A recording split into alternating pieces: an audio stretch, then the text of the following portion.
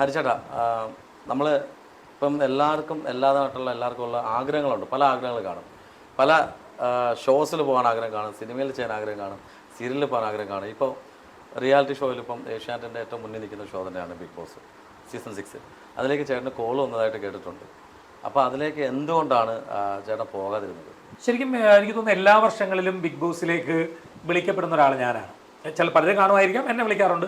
മുൻ വർഷവും വിളിച്ചു, ഈ വർഷവും വിളിച്ചു. ശരിക്കും വൈൽഡ് കാർഡ് എൻട്രി പോലും വേണമെന്ന് ചോദിച്ചു. കാരണം എൻ്റെ സുഹൃത്തുക്കളിൽ ഒരുപാട് ആളുകൾ അതിൻ്റെ പ്രൊഡക്ഷൻ ടീമിൽ ഉണ്ട് എന്നുള്ളതുകൊണ്ട് ഞാൻ പോകാത്തതിൻ്റെ ഒരു കാരണം നമുക്കറിയാം. ഇപ്പം ഈ ബിഗ് ബോസ് വന്നപ്പോൾ തന്നെ ഒരുപാട് ട്രോളുകൾ, ഒരുപാട് ആളുകളെ വ്യക്തിഹത്യ ചെയ്യുന്ന കാര്യങ്ങൾ ഒക്കെ ഉണ്ടാവുന്നുണ്ട്. ശരിക്കും എല്ലാ മനുഷ്യൻ്റെയും ജീവിതത്തിൽ നമ്മൾ ഈ ബിഗ് ബോസിനകത്തുള്ളവരെ വിമർശിക്കുന്ന ആളുകളിൽ പോലും പലതരത്തിലുള്ള സ്വഭാവമുണ്ട്. കാരണം നമ്മളൊക്കെ പുറത്ത് കാണിക്കുന്നത് ഒരു മൂടുപടമാണ്. എല്ലാവരും, ഞാനടക്കമുള്ള ആളുകളുടെ കാര്യം പറയാം. ഇപ്പം എൻ്റെ ജ്യോതിഷാലയത്തിലേക്ക് എന്നെ കാണാൻ വരുന്ന ആളുകളുടെ മുമ്പിൽ ഞാൻ പ്രസൻറ്റ് ചെയ്യുന്ന രീതി, ഞാൻ പറയുന്നത് എന്ന് പറയുന്നത് പച്ചയ്ക്ക് ഞാനാകണമെന്നില്ല. ഞാൻ ഉണ്ടാക്കിയെടുക്കുന്നതിൻ്റെ ഒരു രൂപമാണ് അവരുടെ മുമ്പിലേക്ക് പ്രസൻറ്റ് ചെയ്യുന്നത്. ശരിക്കും എൻ്റെ കൂട്ടുകാരുടെ മുമ്പിൽ ഞാൻ തറകളിൽ ഏറ്റവും വലിയ തറയായിരിക്കും, അല്ലെങ്കിൽ തരികടകളിൽ ഏറ്റവും വലിയ തരികടയായിരിക്കും. എൻ്റെ ഫാമിലിയിൽ എൻ്റെ ഭാര്യയോട് ഞാൻ ഒരു ക്യാരക്ടറായിരിക്കും, എൻ്റെ മക്കളോട് ഞാൻ മറ്റൊരു ക്യാരക്ടറായിരിക്കും. ഞാനല്ല, നിങ്ങളെല്ലാം അങ്ങനെ തന്നെയാണ്.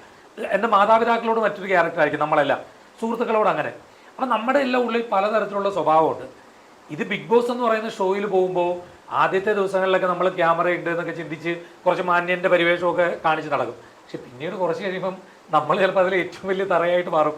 അപ്പം ഞാൻ കഷ്ടപ്പെട്ട് എന്നെ തന്നെ ഇങ്ങനെ ക്രിയേറ്റ് ചെയ്ത് വെച്ചിട്ടുള്ളൊരു കാര്യത്തെ വെറുതെ എന്തിനാണ് ആളുകളുടെ മുമ്പിൽ പൊളിക്കുന്നത്, വെറുതെ എന്തിനാണ് നമ്മൾ അപമാനം വരുത്തി വയ്ക്കുന്നത് എന്നുള്ളത് ഒരു കാര്യം. അതുകൊണ്ടാണ് പോകാത്തത്. പിന്നെ രണ്ടാമത്തെ കാര്യം, എൻ്റെ മകൾക്ക് ഞാൻ പോകുന്നത് ഇഷ്ടമല്ല. അവൾ ഭയങ്കരമായിട്ട് അതിനെ എതിർത്തു. അത് ഒരു കാര്യം. പിന്നെ മറ്റൊന്ന്, എനിക്കൊരു ഭയമുണ്ട്. കാരണം കുറച്ച് കഴിയുമ്പോൾ ചിലപ്പം നമ്മൾ യഥാർത്ഥ നമ്മളായി മാറിയാൽ, നിങ്ങൾ ഇതുവരെ കാണാത്തവരെന്നെ ചിലപ്പോൾ അതിലൂടെ കാണേണ്ടി വന്നാൽ പിന്നെ ഞാൻ പുറത്തിറങ്ങി നിൽക്കട്ടെ. അപ്പോൾ അതുകൊണ്ടാണ് ശരിക്കും പറഞ്ഞാൽ പോകാത്തത്. ഇപ്പോഴും എന്നെ വിളിച്ചിരുന്നു, എല്ലാ വർഷങ്ങളിലും വിളിക്കാറുണ്ട്. പക്ഷേ ഞാനങ്ങനെ പോകാം. ഞാനതിൽ കണ്ടസ്റ്റൻറ്റിനെ ആരെയും അപമാനിക്കാനോ കളിയാക്കാനോ മുതിരുന്നില്ല. കാരണം ചിലപ്പോൾ ഞാൻ പോയാലും ഇതിനപ്പുറമായിരിക്കും കാണിക്കുന്നത്. കാരണം ഇപ്പം എൻ്റെ ഉള്ളിൽ ഒരു കുഴപ്പക്കാരനായിട്ടുള്ള ഒരാൾ എൻ്റെ ഉള്ളിലുണ്ട്, എൻ്റെ ഉള്ളിൽ പ്രേമിക്കുന്ന ഒരാളുണ്ട്, എൻ്റെ ഉള്ളിൽ ചിലപ്പോൾ നിങ്ങൾ കാണുന്ന ഒരു വൃത്തി പൂർണ്ണമായി സൂക്ഷിക്കുന്ന ഒരാൾ ചിലപ്പോൾ എൻ്റെ ഉള്ളിൽ കാണില്ല. അപ്പം റിയാലിറ്റിയിൽ നമ്മളിലൊക്കെ ഉള്ള ഒരു കാര്യം ആ ഷോയിൽ വരുമ്പോൾ പുറത്തു വരും. അപ്പോൾ പുറത്തു വരുമ്പം ഇവൻ ഇങ്ങനെയാണ് എന്ന് അവനെ അങ്ങ് ടാർഗറ്റ് ചെയ്യപ്പെടും എന്നുള്ളത് കൊണ്ട് ഞാനത് മുൻകൂട്ടി മനസ്സിലാക്കിയതുകൊണ്ട് പോയില്ല. മുൻകൂട്ടി മനസ്സിലാക്കാൻ കഴിയാത്ത ആളുകൾ പോയി പെട്ടു, അത്ര കിട്ടും. അപ്പോൾ ചേട്ടൻ പറഞ്ഞു വന്നതിനകത്ത് ഈ ഷോ, അതായത് ബിഗ് ബോസ് എന്ന് പറയുന്ന ഷോ മോശപ്പെട്ടൊരു ഷോ ആയിട്ടാണോ ചേട്ടൻ കാണുന്നത്? ഞാൻ മോശപ്പെട്ട ഷോ അല്ല. ആ ഷോ എന്ന് പറയുന്നത് ഡ്രാമ കാണിക്കാനുള്ളതല്ല. ആ ഷോ എന്ന് പറയുന്നത് ഒരാളുടെ പച്ചയായി ഒരു മനുഷ്യനെ പുറത്തേക്ക് കാണിക്കാനുള്ളതാണ്. ഇപ്പം നമ്മളിപ്പോൾ താങ്കൾ പോയി എന്ന് വിചാരിക്കുക, ഇപ്പം ഇവിടെ ഇരിക്കുന്ന താങ്കളായിരിക്കില്ല അതിലെത്തുമ്പോൾ താങ്കൾ. കംപ്ലീറ്റ്ലി മാറുന്നേ. നമ്മളപ്പം പുറത്തിരുന്നുകൊണ്ട് അവർ ഫ്രോഡാണ്, ഇവരിങ്ങനെ ചെയ്തു എന്ന് പറയുമ്പോൾ നമ്മളിലേക്കൊന്ന് നോക്കുക. ഈ പറയപ്പെടുന്ന ക്യാരക്ടറുകളിൽ ഒരു 80% നമുക്കുണ്ടാവും, 100% ഉണ്ടാവും. ഇപ്പൊ വൃത്തിയുടെ കാര്യം പറഞ്ഞാൽ എന്നെ സംബന്ധിച്ച് പേഴ്സണലി ഞാൻ ഒരു ദിവസം 3 നേരമൊക്കെ കുളിക്കുന്ന ആളാണ്. കാരണം അല്ല, ഞാൻ കുളിക്കും. അത് ഈ വഴക്കൊണ്ട്, കാരണം ഇത്രയും വെള്ളം വെറുതെ കളയുന്നു എന്നൊക്കെ. അത് ചിലപ്പോൾ എൻ്റെ ഒരു സൈക്കോളജിക്കൽ പ്രോബ്ലം ഉണ്ട്. ഒബ്സസീവ് കമ്പൽസറി ഡിസോർഡർ എന്നൊക്കെ പറയുന്നതിന്റെ ഒരു പോർഷൻ അമിതവൃത്തി എന്ന് പറയുന്നത്. ശരി പറഞ്ഞാൽ അമിതവൃത്തിയും ഒരു സൈക്കോളജിക്കൽ പ്രശ്നമാണ്. എനിക്ക് അതിൻ്റെ ഒരു ചെറിയ പോർഷൻ ഉണ്ട്. എനിക്ക് വാഷ്റൂം ഷെയർ ചെയ്യാൻ പറ്റത്തില്ല. ഞാൻ എവിടെയെങ്കിലും പോയാൽ കൂട്ടുകാർ റൂം ഷെയറിങ്ങിന് പറ്റത്തില്ല. അതുകൊണ്ട് പലരും പിണങ്ങിയിട്ട് പോലും ഉണ്ട്. കാരണം എനിക്ക് വേറെ റൂമിൽ കിടക്കണം. അപ്പം നമ്മൾ ഇതൊക്കെ ഒരു ഷോയിൽ പോകുമ്പോൾ കാണിക്കുമ്പോൾ അത് അഹങ്കാരമായിട്ട് മാറത്തില്ല. കാരണം എല്ലാവർക്കും അത് അക്സെപ്റ്റ് ചെയ്യാൻ പറ്റില്ല. ചിലപ്പം നമ്മളൊക്കെ ആലോചിച്ച് നോക്കുക, നമ്മളിൽ എത്ര പേരുണ്ട് രാവിലെ എല്ലാ ദിവസവും കുളിക്കുന്നവർ? ചിലപ്പോൾ ഉണ്ടാവത്തില്ലായിരിക്കാം. ഇപ്പം സ്ത്രീകളിൽ തന്നെ തലമുടി കഴുകാതെ ചിലപ്പോൾ ആഴ്ചയിൽ ഒരിക്കൽ മാത്രം മുടി കഴുകുന്ന ഒരുപാട് ആളുകളുണ്ട്, എനിക്കറിയാം. അല്ല, അങ്ങനെ ഉണ്ട്.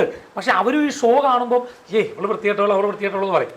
ഞാനത് പറയുന്നില്ല. കാരണം ഞാൻ ഒരുപാട് ആളുകളുടെ ആ ഷോയിൽ തന്നെ ഒരാൾ അങ്ങനെ പറയുന്നുണ്ട്. ഉണ്ട്. അത് കണ്ടതുകൊണ്ടാണ് ഞാൻ പറഞ്ഞത്.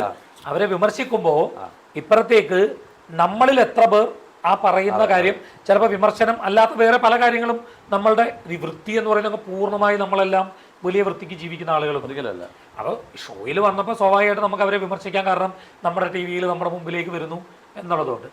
ഇത് ചിലപ്പോൾ നാളെ ഞാൻ ചെല്ലുമ്പോൾ വേറൊരു രീതിയിലായിരിക്കും എൻ്റെ യഥാർത്ഥ സ്വഭാവം വരുന്നത്. അതുകൊണ്ട് പോകുന്നതിനേക്കാൾ പോകാതിരിക്കുന്നതാണല്ലോ. ബിഗ് ബോസ് ഷോ മോശം എന്ന് ഞാൻ പറയില്ല. പക്ഷേ ഈ പറഞ്ഞ പോലെ നമ്മളുടെ ഒരു സാമൂഹിക ചുറ്റുപാടുണ്ട്, നമ്മുടെ ഒരു കൾച്ചറുണ്ട്.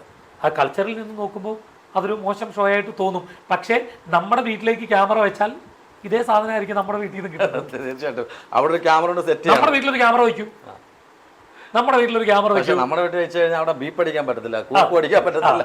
അത് മാത്രമേ ഉള്ളൂ വ്യത്യാസം. ബിഗ് ബോസിൽ പോയാൽ കൂപ്പ് അടിക്കും, നമ്മുടെ വീട്ടിലെ ക്യാമറയിൽ കൂപ്പ് അടിക്കാൻ പറ്റത്തില്ല. ഷേബി പൊട്ടും, അത്രേ ഉള്ളൂ.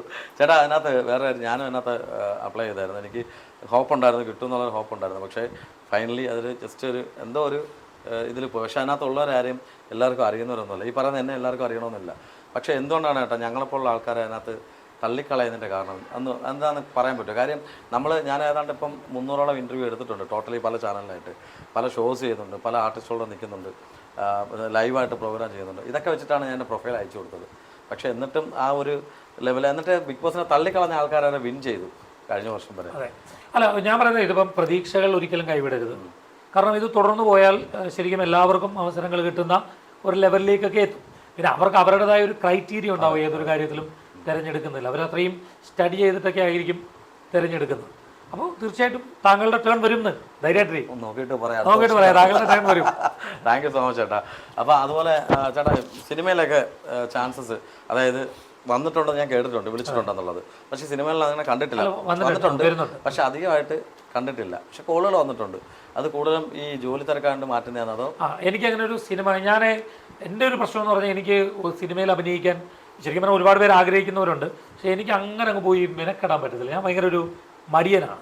ഈ സിനിമാഭിനയം നമ്മൾ കാണുന്നില്ല. രാവിലെ പോയി ഒരു മേക്കപ്പ് ഇട്ടിരുന്നാൽ പിന്നെ എപ്പോഴെങ്കിലുമൊക്കെയാണ് ഈ സീൻ വരുന്നത്.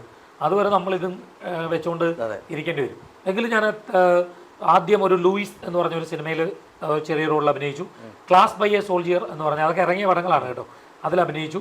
തങ്കമണിയിൽ ഒരു ചെറിയ റോളിലുണ്ട്. പക്ഷേ ഇനിയും കുറച്ച് ലെങ്തി റോൾ വരാനുള്ളത് പിന്നെ നമ്മുടെ വിഷ്ണു മോഹൻ സംവിധാനം ചെയ്തൊരു പടം വരുന്നുണ്ട്, ബിജു മേനോൻ മേതിൽ ദേവി. അതിൽ കംപ്ലീറ്റ് ചെയ്തു, ഡബ്ബിംഗ് എല്ലാം കഴിഞ്ഞു.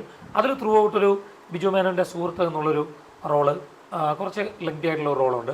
പിന്നെ ഒരു വെബ് സീരീസ് വരുന്നുണ്ട്, എനിക്കത് സോണി എന്തോ എടുത്തെന്നാണ് ഞാൻ ലാസ്റ്റ് അറിഞ്ഞത്.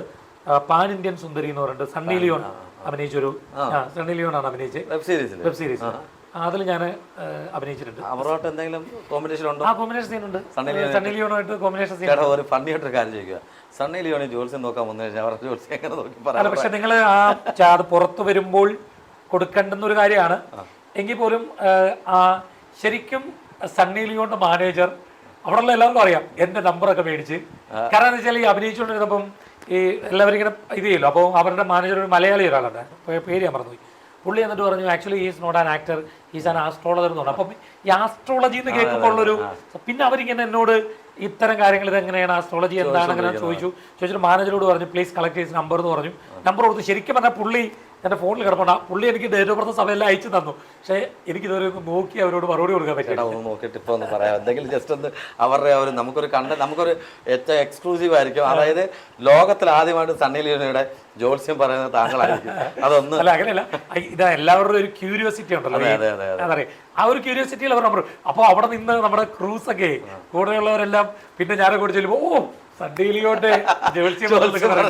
അപ്പോൾ ഞാൻ വളരെ രസമായിട്ട് നമ്മുടെ കോട്ടയം രമേശ് ചേട്ടനുണ്ടായിരുന്നു, പിന്നെ നെടുമങ്ങാട് അസീസ് അവരെല്ലാം ഉണ്ടായിരുന്നു. അപ്പോൾ ഞാൻ പറഞ്ഞു നിങ്ങൾ ദയവായി സണ്ണിക്കുട്ടിയെ കുറ്റം പറയരുതെന്നൊക്കെ പറഞ്ഞാൽ രസകരമായി. അവർ നാളെ കയ്യിൽ ഇപ്പോഴും ഉണ്ടല്ലോ, ഡേറ്റ് ഓഫ് ബർത്ത് ഒക്കെ അയച്ചത് കിടപ്പുണ്ട്. പക്ഷേ ഞാൻ ഇതുവരെ നോക്കി എനിക്ക് പറഞ്ഞു കൊടുക്കാൻ എങ്കിലും അവരെ ആ ഒരു അന്ന് കണ്ടതിനകത്ത് വെച്ചിട്ട് ചേട്ടന് മനസ്സിൽ തോന്നിയൊരു പെട്ടെന്ന് തോന്നി അവരിൽ ഉണ്ടായിട്ടുള്ളൊരു ഗുണം എന്ന് വെച്ചാൽ, അല്ല ഞാൻ ശരിക്കും അതിലൊരു സംഭവം ഉണ്ട്. അതായത് ഈ ഞാൻ ആദ്യം അതായത് ആ സതീഷ് എന്ന് പറയുന്ന വളരെ അറിയപ്പെടുന്ന ഒരാളാണ്. പുള്ളി നമ്മുടെ കോമഡി ഷോകളുടെയൊക്കെ സ്ക്രിപ്റ്റ് ഒക്കെ എഴുതുന്ന സതീഷാണ് ഡയറക്റ്റ് ചെയ്യുന്നത്. അപ്പോൾ സതീഷാണ് എന്നെ വിളിച്ചത്, ഇങ്ങനെ ഒരു റോൾ ഉണ്ടെന്നാ വരണം എന്നൊക്കെ പറഞ്ഞു. അപ്പോൾ സതീഷ് ആയതുകൊണ്ട് ഞാൻ എന്താണ് കഥയെന്നോ എന്താണ് സംഭവം എന്നോ ഒന്നും ചോദിച്ചില്ല. ചോദിക്കാതെ ഞാൻ പോയി അവിടെ ചെന്നു. പഞ്ചായത്ത് മെമ്പറായിട്ടാണ്. അപ്പം ആദ്യത്തെ ഇത് തന്നെ പഞ്ചായത്ത് മെമ്പറെ അവിടുത്തെ വോട്ടേഴ്സ് എല്ലാം കൂടെ എടുത്തിട്ട് അടിക്കുന്ന പെണ്ണുങ്ങൾ വെള്ളം കിട്ടാത്തേ. അപ്പോൾ അങ്ങനെ ആ രംഗം കഴിഞ്ഞു. പിന്നാണ് എന്നോട് സതീഷ്, അപ്പോൾ അവിടെ ആരൊക്കെയോ പറയുന്നു സണ്ണി ലിയോൺ അടുത്ത ഇതിലുണ്ട്. അപ്പം ഞാൻ തമാശയാണ് ആദ്യം വിചാരിച്ചു, അടുത്ത എപ്പിസോഡിലുണ്ടെന്ന്, അടുത്ത ഷൂട്ടിൽ ദിവസമുണ്ട്. അപ്പം ഞാൻ ആദ്യം വിചാരിച്ചു തമാശയാണ്. പിന്നെ ഞാൻ സതീഷിനോട് ചോദിച്ചു. അപ്പോൾ സതീഷ് പറഞ്ഞു ഉണ്ടെണ്ണ എന്ന് പറഞ്ഞു. അപ്പം എനിക്കൊരു പേടി, എൻ്റെ തെറ്റാണ്. ഞാൻ വിചാരിച്ചു ഈ സണ്ണി ലിയോണുമായിട്ട് അഭിനയിച്ചാൽ ഇനി ആളുകൾ എന്ത് പറയും എന്നെ ഒരു ഇത് യൂട്യൂബ് അങ്ങനെയൊക്കെ എൻ്റെ മനസ്സിൽ എന്തോ അങ്ങനെ ഒരു ഭീതി വന്നു. അപ്പം ഞാൻ ശരിക്കും പറഞ്ഞാൽ എൻ്റെ വൈഫിനെ ഒന്ന് വിളിച്ചു. വിളിച്ച് ഞാൻ പറഞ്ഞു ഇങ്ങനൊരു സംഭവമുണ്ട്, സണ്ണി ലിയോൺ ആണ് അഭിനയിക്കുന്നത് എന്ന് പറഞ്ഞു. അപ്പോൾ അവൾ ചോദിച്ചു അതിനെന്താ? അപ്പോൾ ഞാൻ പറഞ്ഞ നല്ല പ്രശ്നമുണ്ടോ പോയെ, നിങ്ങൾ സണ്ണി ലിയോണുമായിട്ട് ഫോൺ വീഡിയോ പോലല്ല അഭിനയിക്കുന്നത്. ഞാൻ പറഞ്ഞ അല്ല പിന്നെന്താ, നിങ്ങളെ അഭിനയിക്കാൻ വിളിച്ചാൽ നിങ്ങൾ അഭിനയിക്കാൻ പോരുക. കറക്റ്റ് അല്ലേ ചോദിച്ചത്? പിന്നെ പറഞ്ഞ അവരെ നിങ്ങൾ ആ പോൺ ആക്ടർ എന്നുള്ള നിലയിൽ കാണുന്നത് കൊണ്ടാണ് പ്രശ്നം. അവരൊരുപാട് ചാരിറ്റി ചെയ്യുന്ന സ്ത്രീയാണ്. ഒരു കുട്ടീനെ എന്തോ വളർത്തുന്നുണ്ട്. എനിക്ക് ശരിക്കും അതൊന്നും അറിയില്ലായിരുന്നു കേട്ടോ. കുട്ടീനെ വളർത്തുന്നുണ്ട്. പിന്നെ എൻ്റെ സൗഹൃദങ്ങളിലുള്ള 1-2 പെൺ സുഹൃത്തുക്കളോട് ഞാൻ ഈ വിഷയം പറഞ്ഞപ്പോൾ അവരെല്ലാം ഭയങ്കര ഇൻട്രസ്റ്റ്. അവർ പറഞ്ഞു ചേട്ടാ അഭിനയിക്കൂ, നല്ലതല്ലേ, പിന്നെ അവരോട് കൂടെ അഭിനയിക്കുക എന്ന് പറഞ്ഞാൽ അവർ നല്ല സ്ത്രീയാണ്, നിങ്ങൾ എന്തിനാണ് അവരെ മറ്റൊരു തരത്തിൽ കാണുന്നത്, അത് അവരുടെ പ്രൊഫഷനാണ്. മാത്രമല്ല അവരുടെ ഇൻ്റർവ്യൂസിലൊക്കെ എന്തുകൊണ്ട് അവരത് ചെയ്തു എന്നൊക്കെ പറഞ്ഞിട്ടുണ്ടെന്നൊക്കെ പറഞ്ഞു. ഞാനതൊന്നും കണ്ടിട്ടുണ്ടായിരുന്നില്ല.